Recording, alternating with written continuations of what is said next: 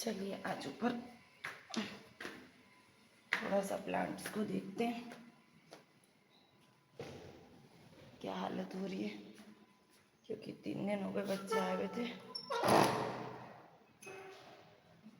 जिस दिन बच्चे आए थे उसी दिन मैंने प्लांट को पानी दिया था, उसके बाद नहीं दे पाई थी। चलिए देखते हैं, बट मेरे प्लांट अभी सही हैं। इतने दिन हो गए त्योहार के चक्कर में रोज़ कपड़े निकाल के पहन रहे थे, तो आज पूरी अलमारी की थोड़ी सी क्लीनिंग हो रही है। हमारे घर में एक छोटा सा नया मेहमान और आ गया, छोटा छोटा क्यूट पपी। हमने टपी के साथ साथ एक और पपी को ले लिया है। ये बीगल है, बीगल ब्रीड का पपी है ये, पर बहुत आतंकवादी है। अभी ये 1 मंथ का है, जरूरत से ज़्यादा आतंकवादी है। लियो। बस उसको लगता है पूरा टाइम खेलते रहो बस, मस्ती मस्ती मस्ती पूरा टाइम। लियो लियो जल्दी आ, दौड़ के ऐसे दौड़ के जी बच्चा आ गया, जी बच्चू आ गया, बच्चू। अब तू बुला, तेरे पास नहीं आएगा, बुला तेरे पास नहीं आएगा, बुला नहीं आएगा वो तेरे पास। छोटू बेबी आ गया, छोटू बेबी। क्या हो गया? गप्पू भैया परेशान करते हो, गप्पू भैया हैं? बुला इसको, गप्पू नहीं आएगा तेरे पास। मेरे पास आने के बाद ये इन लोगों के पास नहीं जाता, बच्चे बुलाते रहे तो भी बच्चों के पास नहीं जाएगा। फिर इसको पता है दूध रोटी तो मैं ही दूंगी। उधर क्या है? नीचे तो नहीं जाना उसको ना, मेरे को लगता है शायद टॉयलेट करनी है। चलिए फ्रेंड्स, आज फिर से वक्त हो गया अपने मन की बात करने का। आपको पता है राखी, रक्षाबंधन से जन्माष्टमी तक का जो टाइम होता है 8 दिन का, वो टाइम पे लोगों में कान्हा जी का एक जोश अलग ही होता है, क्योंकि जन्माष्टमी आ रही है, उसका सब इंतज़ार कर रहे हैं। तो मैंने भी सोचा कि रक्षाबंधन से जन्माष्टमी तक हम कान्हा जी के ही सारे तीर्थ स्थानों के बारे में चर्चा करेंगे। आज हम चर्चा करेंगे निधिवन के बारे में। आपको पता है निधिवन के रहस्यों के बारे में? ज़्यादातर भारत में सभी लोगों को पता है कि निधिवन क्या है और वहाँ के क्या रहस्य है, बट फिर भी कई लोग ऐसे हैं जो आज तक मथुरा वृंदावन एक बार भी नहीं जा पाए हैं। तो मुझे ऐसा लगता है कि मुझे उन लोगों के साथ ये बात शेयर करनी चाहिए, ताकि उन लोगों को भी पता चले कि पूरे भारत में हमारे सनातन धर्म में कितने चमत्कार हैं और हमारा सनातन धर्म जो है वो कितने रहस्यों से भरा पड़ा है। तो चलिए आज हम बात करते हैं वृंदावन की निधिवन की। निधिवन में जो हरिदास जी थे, वो कल मैंने आपको बांके बिहारी मंदिर के बारे में बताया था। हरिदास जी जब संगीत सुनाते थे तो राधा कृष्ण वहाँ पर आते थे, तो बांके बिहारी में उनका एक ही विग्रह है। तो जो हरिदास जी थे उनकी समाधि निधिवन में ही बनाई गई है। और निधिवन के बारे में कहा जाता है कि निधिवन में आज भी चमत्कार है कि आज भी राधा कृष्ण निधिवन में रास रचाने स्वयं आते हैं, साक्षात आते हैं। निधिवन में जो रंग महल बना हुआ है, उस रंग महल में रात को चंदन का पलना है, चंदन के पलने को पूरा उस पर बिस्तर लगाया जाता है राधा कृष्ण का, और राधा रानी के पूरे श्रृंगार का सामान वहाँ पे रखा जाता है, उनकी चुनरी रखी जाती है। और राधा कृष्ण के भोग के लिए वहाँ पे पान का बीड़े का भोग रखा जाता है, उनके लिए दातुन रखा जाता है, और कहा जाता है कि चांदी के गिलास में पानी और दूध भी रखा जाता है। सुबह जब 5 बजे जैसे ही मंदिर खुलता है तो पूरा बिस्तर भी अस्त व्यस्त होता है, और चांदी का जो दूध और पानी का गिलास होता है वो भी खाली होता है, और पान का जो बीड़ा होता है वो भी आधा खाया हुआ रखा होता है, और सारा सामान अस्त व्यस्त होता है, जो श्रृंगार का सामान राधा रानी के लिए और जो चुनरी रखी जाती है। तो ऐसी मान्यता है कि निधिवन में आज भी राधा कृष्ण रास रचाने आते हैं। कलयुग में भी वो अपना प्रमाण देते हैं कि राधा कृष्ण कलयुग में भी हैं।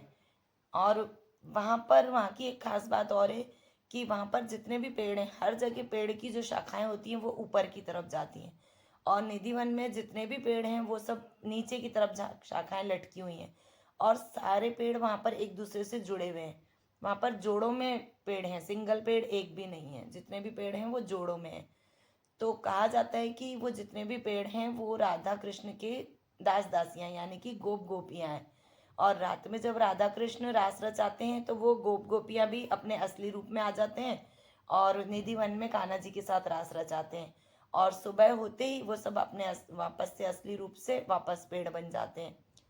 तो ये निधिवन का बहुत बड़ा चमत्कार है और वैज्ञानिकों ने भी कई बार इस रहस्य को पता लगाने की कोशिश की।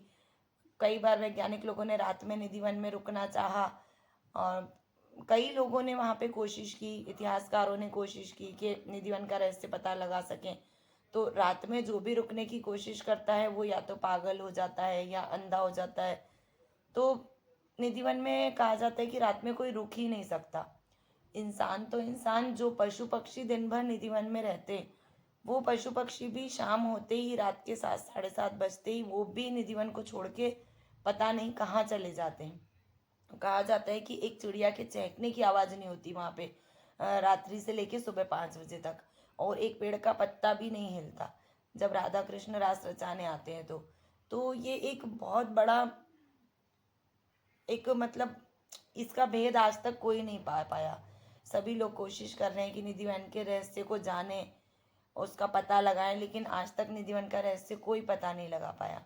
तो ये कलयुग में साक्षात एक बहुत बड़ा चमत्कार है जो कि हमारे सनातन धर्म में होता है कि राधा कृष्ण आज भी रास रचाने आते हैं वहाँ पे। तो इसके साथ में वहाँ पर एक कुंड भी बना हुआ है। कहा जाता है कि एक समय राधा रानी की जो सखियाँ थी वो उनके साथ रास रचा रही थी, तो उनकी सखी ललिता को वहाँ पे प्यास लगी। तो भगवान श्री कृष्ण ने अपनी बांसुरी से वहाँ पर एक कुआं खोद दिया था, सरोवर जैसा बन गया था। तो उससे ललिता ने अपनी प्यास बुझाई थी उसके पानी से। तो इसलिए कहा जाता है कि उस कुंड का नाम ललिता कुंड रखा गया है। तो निधिवन में रंग महल है और ललिता कुंड है, और भगवान कृष्ण के जो अलौकिक रूप है, उनका अलौकिक श्रृंगार है, वो सब देखने को मिलता है। और वास्तु जो शास्त्री होते हैं, जो वास्तु शास्त्र को जानते हैं, उनके ज्ञाता हैं, उन लोगों का भी कहना है कि निधिवन के अंदर जाके एक सकारात्मक ऊर्जा का प्रभाव होता है। अंदर जाके बहुत अच्छा लगता है निधिवन में, चारों तरफ ऐसे घने जंगल जैसा पेड़, लेकिन उसके बाद भी वहाँ पर सकारात्मकता प्रतीत होती है। तो वास्तुशास्त्र के जो जानकार हैं वो ये कहते हैं कि वास्तु के हिसाब से भी निधिवन बहुत अच्छा है, उसके रहस्य जान पाना बहुत मुश्किल है। तो चलिए, जन्माष्टमी तक हम अभी कान्हा जी की ही चर्चा करेंगे।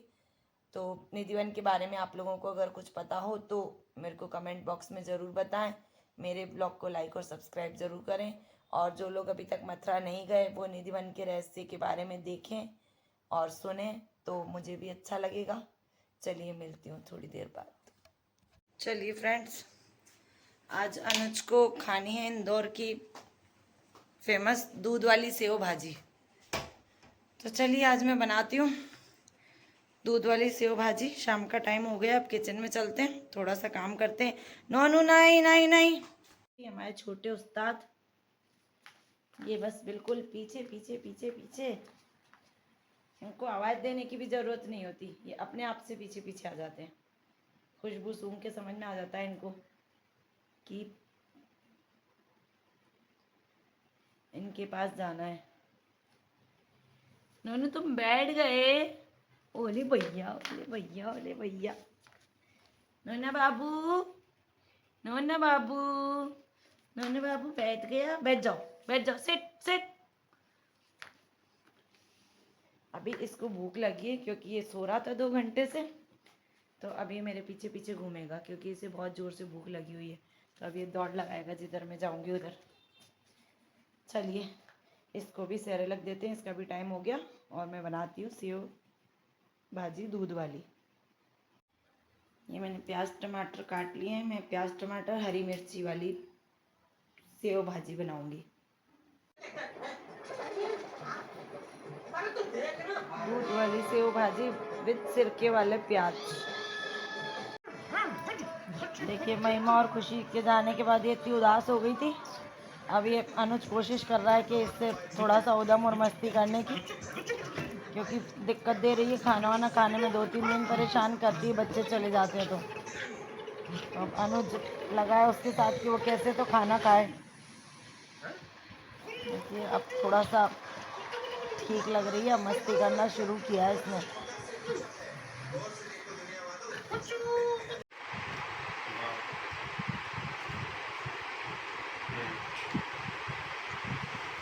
चलिए इसी के साथ मैं अपना व्लॉग समाप्त करती हूँ। Good night.